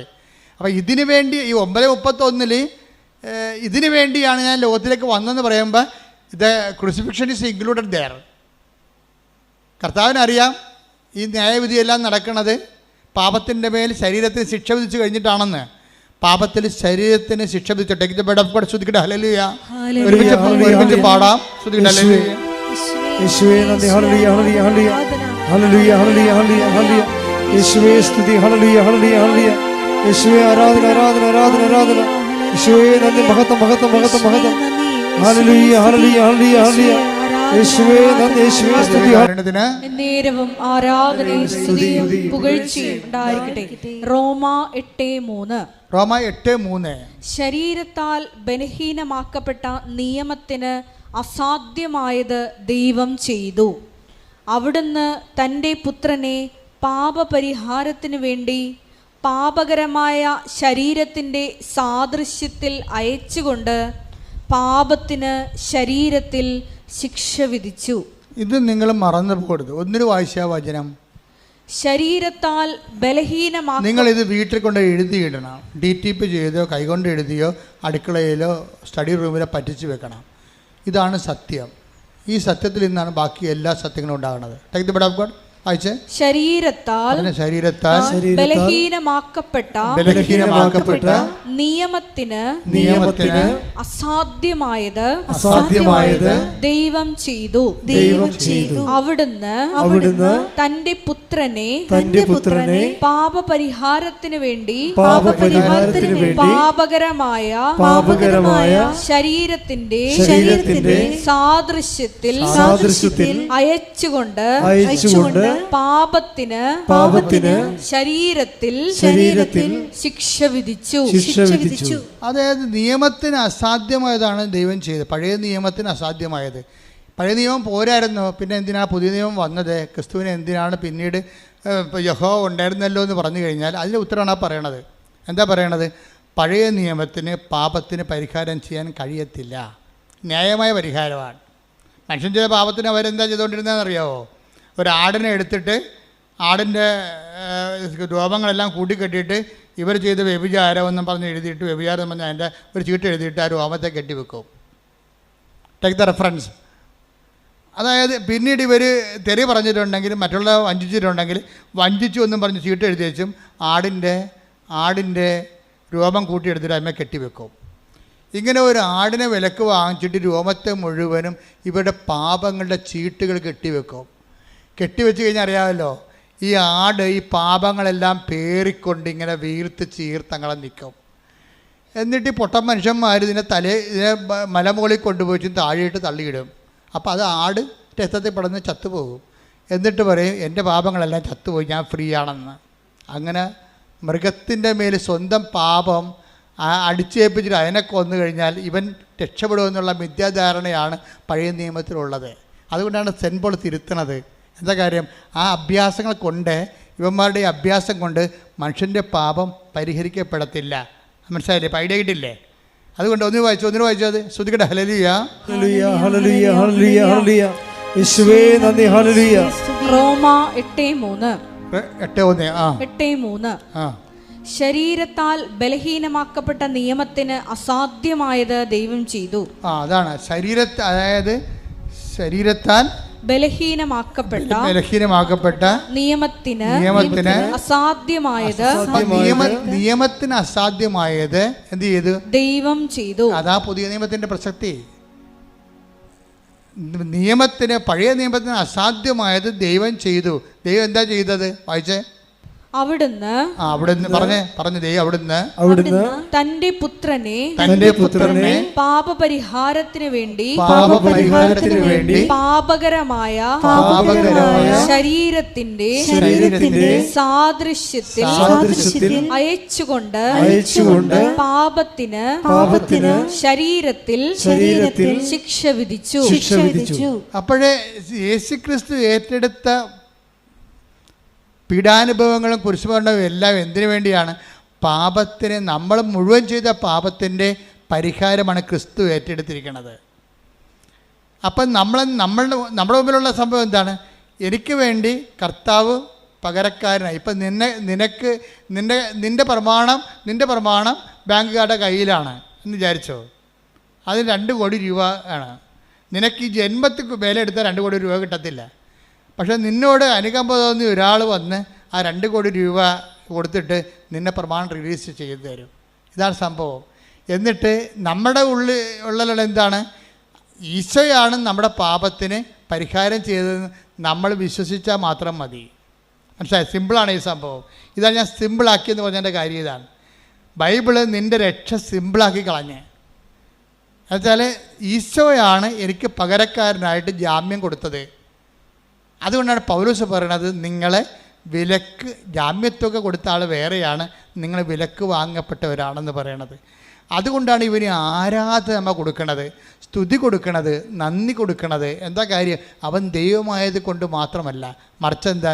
അവൻ നിനക്ക് പകരക്കാരനെ മരിക്കുകയും അവൻ്റെ മരണം നിനക്ക് വേണ്ടിയാണെന്ന് നിൻ്റെ പാപത്തിന് കൂടി പരിഹാരമാണ് അവൻ ചെയ്തതെന്ന് മനസ്സിലാക്കി കഴിയുമ്പോൾ നമ്മൾ അവനെ വിശ്വസിക്കുന്നു, അവൻ്റെ മരണത്തെ വിശ്വസിക്കുന്നു, അവൻ്റെ മരണത്തെ പ്രഖ്യാപിക്കുന്നു, അവൻ്റെ ഉയർപ്പിൽ വിശ്വസിക്കുന്നു.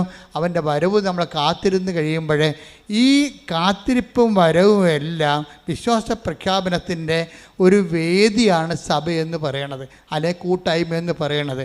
കാര്യം നിരന്തരം ഇതിന് പരിഹാരം ചെയ്തുകൊണ്ടും നിരന്തരം ആ വിശ്വാസം വളർത്തിയെടുത്തുകൊണ്ടും നിരന്തരം ആ വിശ്വാസത്തെ വളർത്തിയെടുത്താൽ മാത്രം പോരാ, നമ്മൾ വളരുകയും ചെയ്യണം.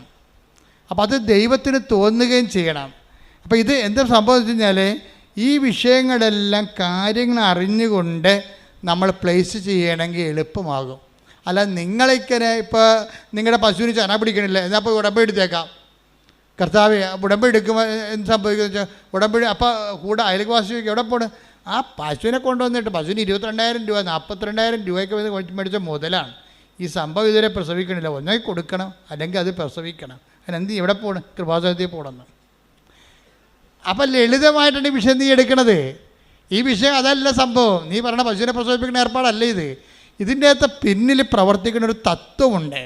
നിനക്കിന്ന് അമ്മ മാതാവിൻ്റെ അടുത്ത് പറയുമ്പോൾ ഈശോയ്ക്ക് നീ അനുഗ്രഹം വാങ്ങി തരുന്നുണ്ടെങ്കിൽ അതിൻ്റെ അനുഗ്രഹം ഉണ്ടായ വിധമാണ് ഞാൻ നിങ്ങളോട് പറയണത്. അത് നിങ്ങളറിയണം. അനുഗ്രഹം ഉണ്ടായ വിധം എനിക്കറിയണ്ട. അനുഗ്രഹം കിട്ടിയാൽ മതി എന്ന് പറഞ്ഞു കഴിഞ്ഞാൽ നിങ്ങൾ ഫ്രോഡാണ്. അപ്പോൾ അതുകൊണ്ട് സത്യസന്ധമായിട്ട് വിശ്വാസത്തെ സമീപിക്കാൻ നോക്കുക. അവൻ പാപത്തിന് ശിക്ഷ വിധിച്ച കാര്യം നമ്മൾ വായിച്ചു കഴിഞ്ഞു ഓൾറെഡി. ഞാൻ ഇതുകൊണ്ടാണ് അവനിലുള്ള വിശ്വാസം എന്ന് പറഞ്ഞില്ലേ. വെടപ്പാട് 3 Efesians 3:12 ശ്രദ്ധിക്കട്ടെ. ഹല്ലേലൂയ ഹല്ലേലൂയ ഹല്ലേലൂയ യേശുവേ നന്ദി. ഹല്ലേലൂയ ഹല്ലേലൂയ ഹല്ലേലൂയ യേശുവേ ആരാധന ആരാധന. എഫേസോസ് 3:12 എഫേസ്യസ് 3:12 അവനിലുള്ള ഇപ്പം മനസ്സിലായില്ലേ? ഇപ്പം ഈശോ ആരാണെന്ന് മനസ്സിലായില്ലേ? നമ്മുടെ വിശ്വാസം എന്താണ്? നമ്മുടെ വിശ്വാസം നമ്മുടെ പാപത്തിന് പരിഹാരമായിക്കൊണ്ട് പകരം ചെയ്ത അവനിലുള്ള വിശ്വാസം. നമ്മൾ മരിക്കേണ്ട സ്ഥലത്ത് നമുക്ക് വേണ്ടി മരിക്കുകയും നമ്മൾ ഉയർത്തെഴുന്നേൽപ്പിക്കാൻ വേണ്ടി അവൻ ഉയർത്തെഴുന്നേൽക്കുകയും നമ്മൾ ഉയർത്തെഴുന്നേൽപ്പിക്കുകയും ചെയ്യുന്ന അവനിലുള്ള വിശ്വാസം. പറഞ്ഞ് അവനിലുള്ള വിശ്വാസം മൂലം ആത്മധൈര്യവും ദൈവത്തെ സമീപിക്കാൻ സാധിക്കുമെന്ന പ്രത്യാശയും നമുക്കുണ്ട്.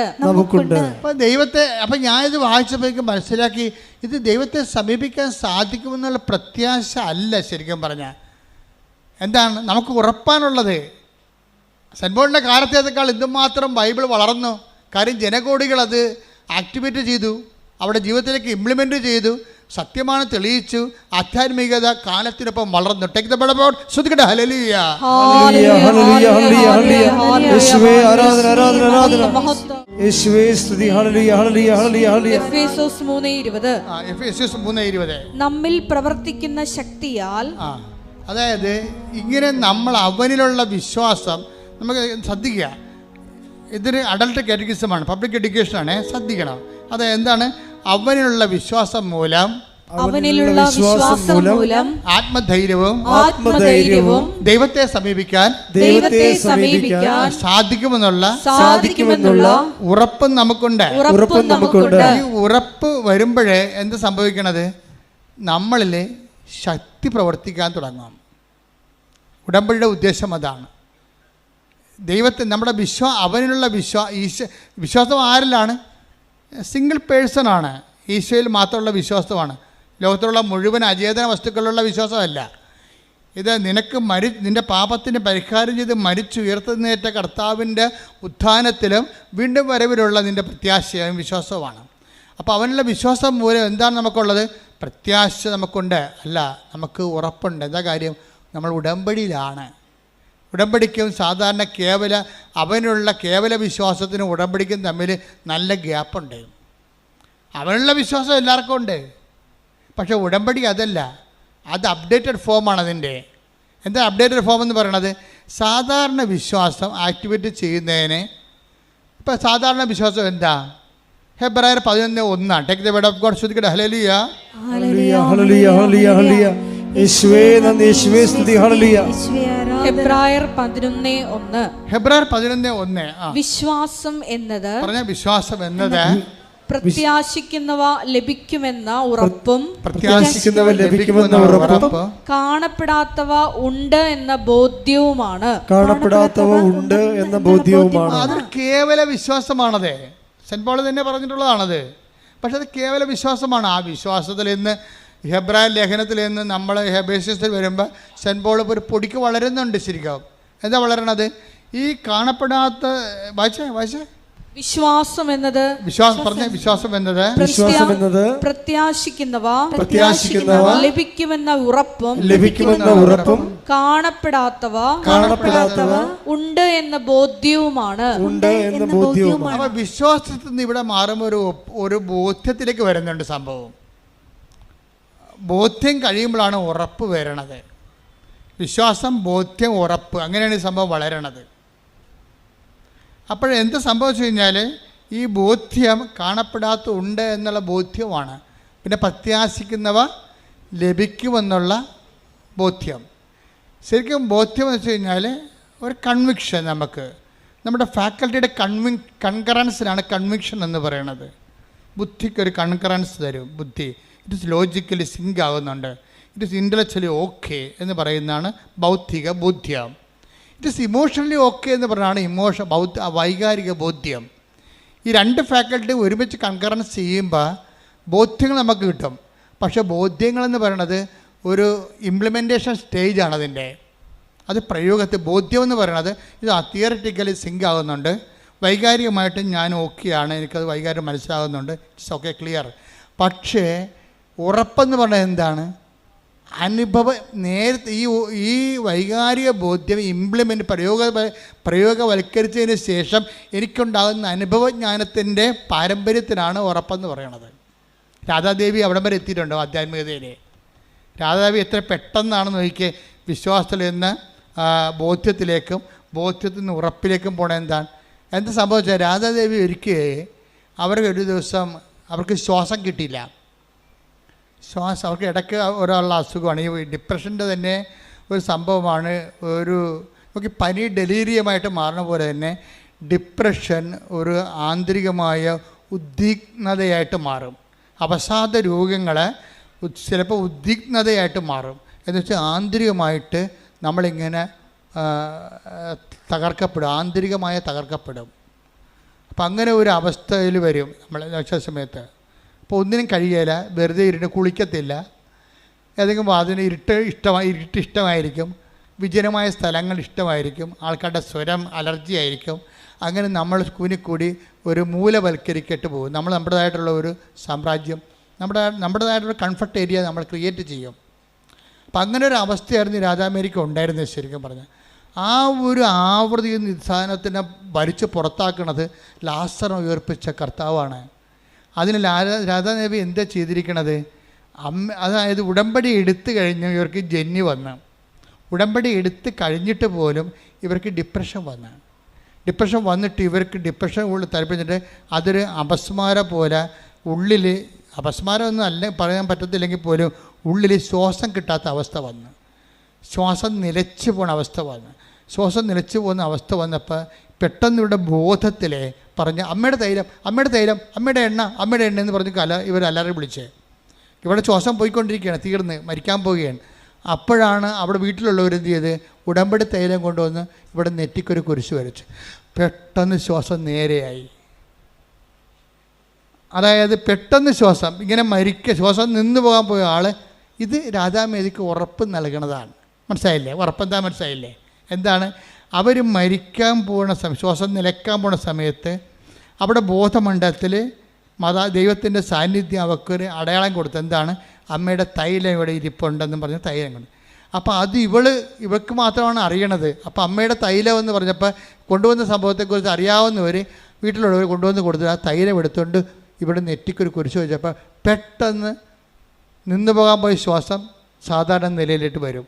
ഇത് ഇവർക്ക് അനുഭവം കൊണ്ട് ഉറപ്പ് നൽകും. അപ്പോൾ വിശ്വാസം മാറി ബോധ്യം മാറിയിട്ട് പിന്നെ എന്താണ് ഇപ്പോൾ കിട്ടിയിരിക്കുന്നത്? ആ അനുഭവത്തിൻ്റെ പിൻബലമുള്ള വിശ്വാസത്തിനാണ് ഉറപ്പെന്ന് പറയണത്. ഉറപ്പ് കിട്ടിക്കഴിഞ്ഞപ്പോൾ പിന്നെ ഇവരുടെ ജീവിതം ഉറപ്പിലൂടെയാണ് പോണത്. എല്ലാവരും ഇങ്ങനെ ഉടമ്പടി ഇത്രയും വളർന്നോന്ന് എനിക്കറിയത്തില്ല. അതാണ് വിഷയം. ഇവർക്ക് ഭർത്താവ് മരിച്ചു പോയ ഒരു അനിയത്തി ഉണ്ടായിരുന്നു. അനിയത്തിയുണ്ട്. അനിയത്തിയുടെ കാര്യമൊക്കെ ഇവർ നല്ല സത്യസന്ധമായ ലേഡിയാണ് രാധാദേവി എന്ന് പറയണത്. അനിയത്തിയുടെ ഭർത്താവ് മരിച്ചെങ്കിലും രാധാദേവിക്ക് നല്ലൊരു ഹസ്ബൻഡും ഉണ്ട്. അപ്പോൾ അനിയത്തിയുടെ മകനെ അതുപോലെ തന്നെ അനിയത്തിനെയും ഒക്കെ സന്ധിക്കണതും രാധാദേവി പറയണത് ഞങ്ങൾക്ക് ഇടയ്ക്ക് പോയി ഒന്ന് അന്വേഷിക്കേണ്ടി വന്നാൽ എൻ്റെ അനിയത്തിനെ ഞാൻ അടുത്ത് കൊണ്ടുവന്ന് താമസിപ്പിച്ചെന്നൊക്കെ പറയാം. സ്ഥലം മേടിച്ചിട്ട് അടുത്ത് കൊണ്ടുവന്ന് താമസിപ്പിച്ചു. എന്തിനാണ് താമസിച്ചു കഴിഞ്ഞാൽ അവൾക്ക് എന്ത് പ്രശ്നം ഉണ്ടെങ്കിൽ എനിക്ക് പോയി അന്വേഷിക്കാമല്ലോ. അങ്ങനെ അപ്പോൾ എന്തൊരു ഈ നല്ല മനസ്ഥിതി ഉള്ളവരിലെ നമ്മൾ മാത്രം നന്നായാൽ മതി എന്നുള്ള ചിന്തയൊക്കെ ഉണ്ടെങ്കിൽ ഉടമ്പടിയൊക്കെ വർക്ക് ചെയ്യാൻ വലിയ പാടാണ്. കാര്യം അത് ദൈവത്തിൻ്റെ അരൂപിലല്ലേ നിൽക്കണത്, ലോകത്തിൻ്റെ അരൂപിലല്ലല്ല. അപ്പം അതുകൊണ്ട് നിങ്ങളതൊക്കെ ഒന്ന് ശ്രദ്ധിക്കണം ഈ സാക്ഷ്യം കേൾക്കുമ്പോൾ. അപ്പോൾ രാധാദേവിയുടെ മകൻ ഈ അനിയത്തിയുടെ മകൻ അവൻ നല്ല ടാറ്റ കോളേജിൽ പഠിച്ചതാണ്, സയൻസ് കോളേജിൽ പഠിച്ചതാണ്. അപ്പോൾ അവനെ എവിടെയെങ്കിലുമൊക്കെ ഒരു പ്ലേസ്മെൻറ്റ് കിട്ടാൻ വേണ്ടി ഒരു ശ്രമിക്കുമ്പോൾ രാധാവിയുടെ ഭർത്താവ് പറയും നമുക്ക് അവനെ എവിടെയെങ്കിലും വിടാം, അവൻ്റെ വിദ്യാഭ്യാസത്തിന് പറ്റിയ ജോലി കൊടുക്കാൻ ഈ നാടിനെ പറ്റത്തില്ല. അപ്പോൾ അതൊക്കെ ആരാ പറയണത്? ശരിക്കും പറഞ്ഞാൽ ചേട്ടത്തിയുടെ ഭർത്താവാണ് പറയണത്. അതാണ് വിഷയം. ചേട്ടത്തിയുടെ ഭർത്താവ്. അപ്പോൾ അവരെന്തൊരു പരിശുദ്ധാത്മാവ് പ്രവർത്തിക്കാൻ പറ്റിയ ഇൻഫ്രാസ്ട്രക്ചർ അവർക്കുണ്ട്. അതൊരു പ്രധാനപ്പെട്ട കാര്യമാണ്. രാധാദേവിയുടെ ഹസ്ബൻഡാണ് പറയണത്, നമുക്ക് അനിയത്തിയുടെ മകനെ ഇവിടുന്ന് വിടാൻ കുറച്ച് പൈസ ചിലവാകും, പക്ഷേ അവൻ്റെ വിദ്യാഭ്യാസം പറ്റിയ ജോലി ഇവിടെ ഇല്ലല്ലോ. അപ്പോൾ ഇവർ രണ്ടുപേരും കൂടി, ഇപ്പം നിങ്ങളറിയാമല്ലോ, നിങ്ങളുടെ വീട്ടിൽ തന്നെ ഒളിച്ചും പാത്തുമല്ലേ നിങ്ങൾ സഹോദരങ്ങളെ സഹായിക്കണത്. അതാണ് സംഭവം. ചിലർ ഭർത്താവിനെ കട്ടുകൊടുക്കും, അനിയത്തിയെ സഹായിക്കും. ചിലർ അമ്മായിയമ്മനെ കട്ടുകൊടുക്കും, അല്ലെങ്കിൽ മരുമകൾ അമ്മായിയമ്മ മക്കൾക്ക് കൊടുക്കും. എൻ്റെ മക്കളെ, നിങ്ങൾ തുറന്ന് സംസാരിക്കുക. നിങ്ങൾ ഉടമ്പടി എടുത്തു കഴിഞ്ഞാൽ ഈ വിഷയത്തിന് മേലെല്ലാം ഓപ്പൺ ചർച്ച വെക്കണം, നല്ലതാണ്. പിന്നെ നിങ്ങൾ ഓപ്പൺ ചർച്ച ചെയ്തതിന് ശേഷം നിങ്ങൾക്കത് വേണമെങ്കിൽ അത് അടുക്കുന്നില്ല, അമ്പതിനും പിന്നും അടുക്കണില്ല എന്ന് വെച്ച് കഴിഞ്ഞാൽ you can do your way. കാരണം നമുക്ക് കാര്യം നടക്കണം. ക്രിസ്തുവിനെ ആരെങ്കിലും ഭീഷണിപ്പെടുത്തി ആരെങ്കിലും വൈരാഗ്യം ഉണ്ടാകുമെന്ന് വിചാരിച്ചുകൊണ്ട് ക്രിസ്തുവിനെ നിങ്ങൾ ചങ്ങലക്കിടരുത്. നിങ്ങളത് രക്തസാക്ഷികളുടെ ധീരതയോടുകൂടി മുന്നോട്ട് തന്നെ പോകണം. അത് നോ ഡൗട്ട്. കുറച്ചൊക്കെ പ്രയാസങ്ങളുണ്ടാകും, പക്ഷെ ഒരു കാര്യമുണ്ട്, കുറച്ച് കഴിയുമ്പോൾ എല്ലാം ശരിയാകും. നിങ്ങൾ ശത്രുക്കളും നിങ്ങൾ അവസാനം നിങ്ങൾ അംഗീകരിക്കുന്ന ഒരു കാലം വരും. അപ്പോൾ അതുകൊണ്ട് കുടുംബത്തിലുള്ള എല്ലാം ക്രിസ്തുവിനെ മുൻനിർത്തി വേണം എല്ലാ വിഷയങ്ങളും ക്രമീകരിക്കാൻ. ക്രിസ്തുവിനെക്കുറിച്ച് നിങ്ങൾ പഠിക്കണം ശരിക്കും. ഒരു മതം പഠിക്കണ പോലെ പഠിക്കരുത്. ക്രിസ്തു ഒരു മതമല്ല, ക്രിസ്തു മതവും ഒരു മതമല്ല. അതൊരു ബന്ധമാണ് ശരിക്കും, ഒരു ആന്തരികമായ ഒരു ബന്ധം, വല്ലാത്ത ബന്ധം. ശ്രദ്ധിക്കട്ടെ. ഹല്ലേലൂയ, ഹല്ലേലൂയ, ഹല്ലേലൂയ, ഹല്ലേലൂയ, ഹല്ലേലൂയ,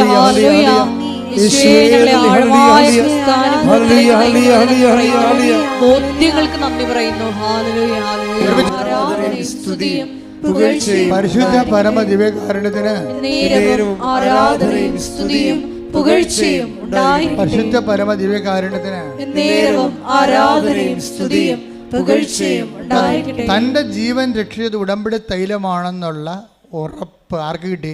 രാധാദേവിക്ക് കിട്ടി. പിന്നെ അടുത്ത ഒരു സിറ്റുവേഷനിൽ എന്താ സംഭവിക്കണത്? ഈ അനിയത്തി സ്കൂട്ടറിന് പോകുന്നപ്പോൾ വണ്ടി ഇടിച്ചോടുകൂടി ഇവർ വല്ലാത്ത ഒരു വണ്ടി ഇടിയായിപ്പോയി. ഇവരെ ഹോസ്പിറ്റലിൽ എടുക്കുമ്പോൾ ഇവർ 3 ഹോസ്പിറ്റൽ ഒരു 15 മിനിറ്റ് ചോരയും മാറ്റി ഇവർ റോട്ടേ കിടക്കും. അനിയത്തി 15 മിനിറ്റ് തല പൊട്ടി ചോര പോകുമ്പോഴുള്ള അവസ്ഥ എന്താ പറയുക? മരിച്ചു പോകും. അപ്പോൾ ഇങ്ങനെ വന്നു കഴിഞ്ഞപ്പോഴേ ഒരു 15 മിനിറ്റ് കഴിഞ്ഞപ്പോൾ ഒരു പോലീസുകാരൻ സ്വന്തം ഒരു സ്കൂട്ടറിന് അവിടെ വരും. അപ്പോൾ ഡ്യൂട്ടിയിലെല്ലാം തോന്നണം. അയാളിത് ഇയാളെ ഇവരെടുക്കും, എടുത്ത് ഒരു ഹോസ്പിറ്റലിൽ കൊണ്ടുപോകും. അപ്പോൾ ഇവരുടെ തലേന്ന് ഹെൽമെറ്റ് ഉണ്ടായിരുന്നു. ഹെൽമെറ്റ് മാറ്റുമ്പോഴും ചോര ഇങ്ങനെ കൊടുത്ത പോലെ കൂടാന്ന് വീഴും. പിന്നെ അവിടെ നിന്ന് ഹോസ്പിറ്റലുകാർ പറയും ഇവിടെ എടുക്കാൻ പറ്റത്തില്ല എന്ന് പറയും. അപ്പോൾ ചോര ഛർദ്ദിക്കാൻ തുടങ്ങും ഇവർ. അപ്പോൾ അവർക്ക് മനസ്സിലാകും തലയുടെ അകത്ത് പൊട്ടുണ്ടാകുമെന്ന് വിചാരിക്കും. ചോര ഛർദ്ദിക്കാൻ പോയില്ലേ. പിന്നെ അവർ എറണാകുളത്തേക്ക് മാറ്റും. എറണാകുളത്തും ഇവരെടുക്കത്തില്ല. അപ്പോൾ വീട്ടിലറിയിക്കും. രാധാദേവി ഇതിൻ്റെ പുറകെ പോകും ഹോസ്പിറ്റലിൽ. തൃശ്ശൂരിൽ നിന്ന് പിന്നെ ഒരു ആംബുലൻസിൽ ഇവരെ വേറെ ഒരു ഹോസ്പിറ്റലിലേക്ക് എടുക്കും. ആംബുലൻസ് വരാൻ കുറേ താമസിക്കും.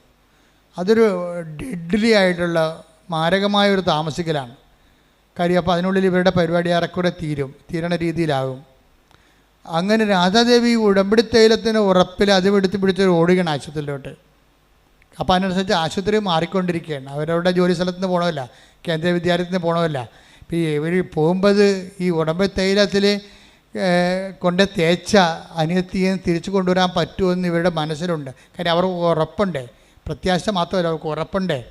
അപ്പോൾ ഈ ആശുപത്രിയിൽ നിന്നും ആശുപത്രിയിലേക്ക് മാറ്റുന്നതനുസരിച്ചിട്ട് അവർക്ക് ന്യൂസ് കൊടുക്കും. ഇപ്പം ഞങ്ങൾ അവിടെ എടുത്തില്ല, ഇങ്ങോട്ട് പോവുകയാണ്. അപ്പോൾ ഇത് വീട്ടിൽ വിളിച്ച് പറയും. അപ്പോൾ ബന്ധുക്കൾ ഒരാൾ വിളിച്ചു ചോദിക്കുമേ ബോഡി എപ്പോഴാണ് കൊണ്ടുവരുന്നതെന്ന്. കാര്യം ന്യൂസ് പോയി ആൾ മരിച്ച പോലെയാണ് പിന്നെ ന്യൂസ് പോണത്. പിന്നെ രാധാദേവിയെ വിളിച്ചു ചോദിക്കണത് ബോഡി എപ്പോഴാണ് കൊണ്ടുവരുന്നതെന്ന് ചോദിക്കുക. അപ്പം അത്രയും അവസ്ഥയിലാണ്. അവസാനം ഇവർ ആശുപത്രിയിലെത്തുമ്പോൾ ഡെഡ് പോലെ കിടക്കുകയാണ്. എന്നിട്ട് ഇവരെന്നാ ചോദിച്ചു കഴിഞ്ഞാൽ ഇവർ കാഷ്വാലിറ്റിയിൽ അഡ്മിറ്റ് ചെയ്തതിന് ശേഷം ആ നേഴ്സ് പോകുമ്പോൾ ബോധമില്ല കിടക്കണില്ലേ, ഇവർ ഉടമ്പടി തൈലം എടുത്തിട്ട് രഹസ്യമായിട്ട് ഇവിടെ നെറ്റിക്ക് ഒരു കുരിശിടും. ഉടനെ ഇവർക്ക് ബോധം വരും അനിയത്തിക്ക്. പിന്നെ അവർ ഉടനെ ഓപ്പറേഷൻ വേണമെന്ന് പറഞ്ഞ് തലയ്ക്ക് ഓപ്പറേഷൻ വേണമെന്ന് പറഞ്ഞെങ്കിലും അമ്മ മാതാവ് രാത്രിക്ക് ഇടപെട്ട് പിറ്റേ ദിവസം ഡോക്ടർ പറയും ഓപ്പറേഷൻ വേണ്ടെന്ന് പറയും. അപ്പോൾ ചേടത്തി അനിയത്തി കൂടി വന്ന ഈ സാക്ഷ്യം പറയണത്. എന്നിട്ട് രാധാദേവി പറയുന്ന ഒരു സംഭവമുണ്ട്, ഉടമ്പടി തൈലം ഒരു ചെറിയ കുപ്പിയല്ലെന്ന്. അതെനിക്ക് ഭയങ്കര ഇഷ്ടപ്പെട്ട്, അത് സിനിമ ഡയലോഗ് പോലെ തോന്നി. അത് ഉടമ്പടി തൈലം ഒരു ചെറിയ കുപ്പിയല്ലെന്ന്.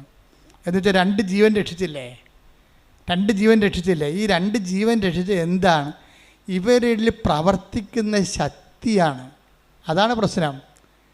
ഈ തൈലം എന്ന് പറയുമ്പോൾ നിങ്ങൾ അവർക്ക് നാളെ കൊണ്ടതുപോലെ തന്നെ ചത്തതിൻ്റെ വായിക്കരിയണ പോലെ കൊണ്ട് ഉടമ്പടി തൈലം ഒഴിച്ചു കൊടുക്കാം. അത് വർക്കൗട്ട് ചെയ്തില്ല. കാര്യം ഇതിൻ്റെ അകത്ത് പറഞ്ഞാൽ ഇത് ഉപയോഗിക്കുന്ന വ്യക്തിയിൽ ശക്തി വേണം. സെന്റ് പോൾ പറയുന്നൊരു വാക്ക്, നമ്മിൽ പ്രവർത്തിക്കുന്ന ശക്തി. എഫേസോസ് 3:20 നമ്മിൽ പ്രവർത്തിക്കുന്ന ശക്തിയാൽ നമ്മിൽ പ്രവർത്തിക്കുന്ന ശക്തിയാൽ നാം ചോദിക്കുന്നതിലും ആഗ്രഹിക്കുന്നതിലും വളരെ കൂടുതൽ ചെയ്തു തരാൻ കഴിയുന്ന അവിടത്തേക്ക് സഭയിലും യേശുക്രിസ്തുവിലും തലമുറകളോളം എന്നേക്കും മഹത്വമുണ്ടാകട്ടെ. സെന്റ് പോൾ പറഞ്ഞിട്ടും തീരണില്ല. എന്ന് കേട്ടു നോക്കിയേ. ഇത് തന്നെയല്ലേ ഇപ്പം രാധാദേവിക്ക് സംഭവിച്ചത്. ഒന്നിന് വായിച്ചേ, നമ്മിൽ പ്രവർത്തിക്കുന്ന ശക്തിയാൽ നാം ചോദിക്കുന്നതിലും ആഗ്രഹിക്കുന്നതിലും വളരെ കൂടുതൽ ചെയ്തു തരാൻ കഴിയുന്ന അവിടത്തേക്ക് സഭയിലും യേശുക്രിസ്തുവിലും തലമുറകളോളം എന്നേക്കും മഹത്വമുണ്ടാകട്ടെ. അപ്പൊ ദൈവത്തെ മഹത്വപ്പെടുത്തുന്നത് എന്നേക്കും തലമുറ തോറുമാണ്. എന്താ കാര്യം? നമ്മിൽ പ്രവർത്തിക്കുന്ന ശക്തിയാൽ നമ്മൾ ചോദിച്ച, ഇവർ രാധാദേവി ചോദിച്ചത് എന്താണ്? എൻ്റെ അനിയത്തിക്ക് ബോധം വരണമെന്നേ ചോദിച്ചുള്ളൂ, ഓപ്പറേഷൻ വിട്ടുമാറണമെന്ന് പറഞ്ഞില്ല. വചനം എന്താ പറയണത്?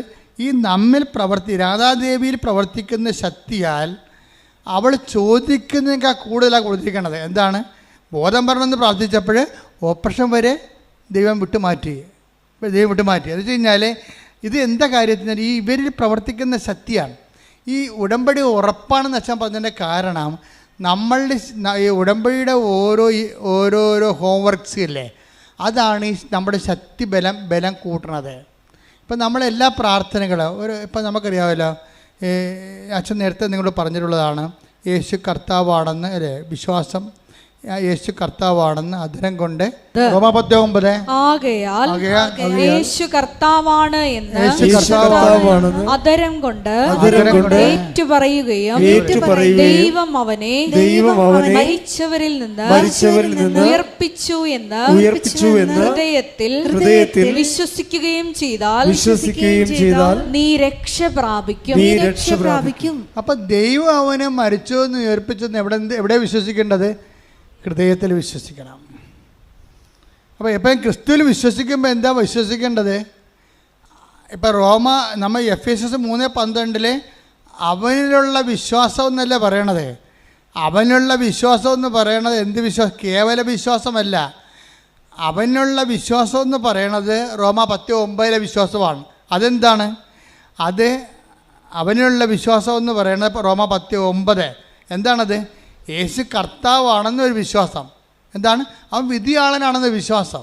എന്നെ നിന്നെ അന്ത്യദിനത്തിൽ വിധിക്കാൻ വേറെ ആരെയും വെച്ചിട്ടില്ല, അവൻ മാത്രമേ ഉള്ളൂ.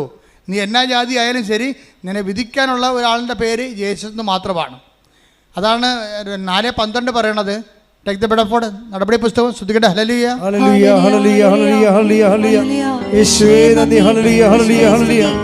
അപ്പോസ്തല പ്രവർത്തനങ്ങൾ 4:12 ആകാശത്തിന് കീഴേ മനുഷ്യരുടെ ഇടയിൽ നമുക്ക് രക്ഷയ്ക്ക് വേണ്ടി മറ്റൊരു നാമവും എന്ന് പറഞ്ഞ മറ്റൊരു നാമവും അതായത് മനുഷ്യന്റെ നിത്യരക്ഷയ്ക്ക് വേണ്ടി വേറെ ഒരു നെയിമില്ല. കാര്യം എന്താണ്? നിത്യരക്ഷ സംജാതമാക്കിയത് ക്രിസ്തുവിൻ്റെ പീഡാസകനങ്ങളിലൂടെയും വീണ്ടെടുപ്പിലൂടെയും പാപത്തെ മരിച്ച് ഉയർത്തെഴുന്നേൽപ്പിലൂടെയും ആ ഉയർത്തെഴുന്നേൽപ്പിൽ വിശ്വസിക്കുമ്പോഴാണ് നമ്മൾ പാപത്തിന് പരിഹാരം നമുക്ക് ലഭിക്കുകയും അവൻ്റെ ഉയർത്തെഴുന്നേൽപ്പിൻ്റെ പങ്കാളിയായി മാറുകയും നമുക്ക് മരണമില്ലാതിരിക്കുകയും. കൈയടിക്കുക, ശ്രുതിക്കട്ടെ.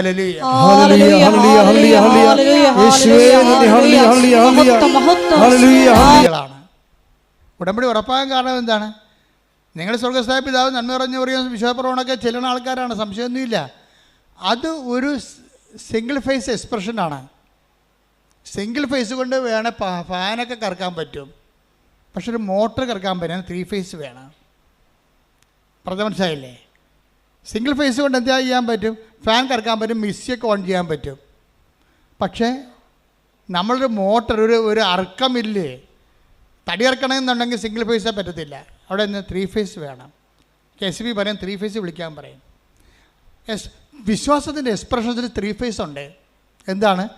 പ്രാർത്ഥന ഒരു ഫേസാണ്. പിന്നത്തെ എന്തുകൊണ്ടാണ്? പ്രഖ്യാപനം. അതാണ് ഇന്നലെ നടന്ന സംഭവം. ഇന്നലെ നടന്ന റാലിയില്ലേ, അതാണ് പ്രഖ്യാപനം എന്ന് പറയുന്നത്. എന്താണ്? 10:32 എടുത്തേ. 10:32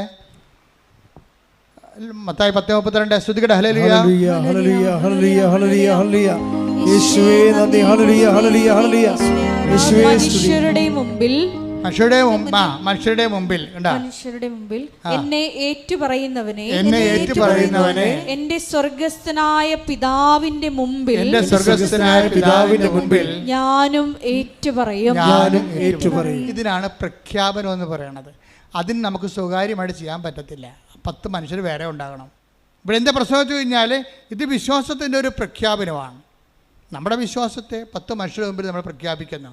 അതെന്താ? വിശ്വാസത്തിൻ്റെ എക്സ്പ്രഷനാണ്, ഫെയ്ത്ത് എക്സ്പ്രഷനാണ്. എന്താണ്? പ്രൊമൾഗേഷൻ എന്ന് വെച്ച് കഴിഞ്ഞാൽ വിശ്വാസ പ്രഖ്യാപനം. പിന്നെ എന്താ ഉള്ളത്? വിശ്വാസ പ്രയോഗമുണ്ട്. വിശ്വാസ പ്രയോഗം എന്ന് പറഞ്ഞാൽ എന്താണ്? അതാണ് രാധാദേവി ചെയ്തത്. വിശ്വാസ പ്രയോഗം എന്ന് പറഞ്ഞാൽ യേശു കർത്താവാണെന്ന് പറഞ്ഞിട്ട് കാര്യമില്ല. അത് ഇംപ്ലിമെൻ്റ് ചെയ്യണം.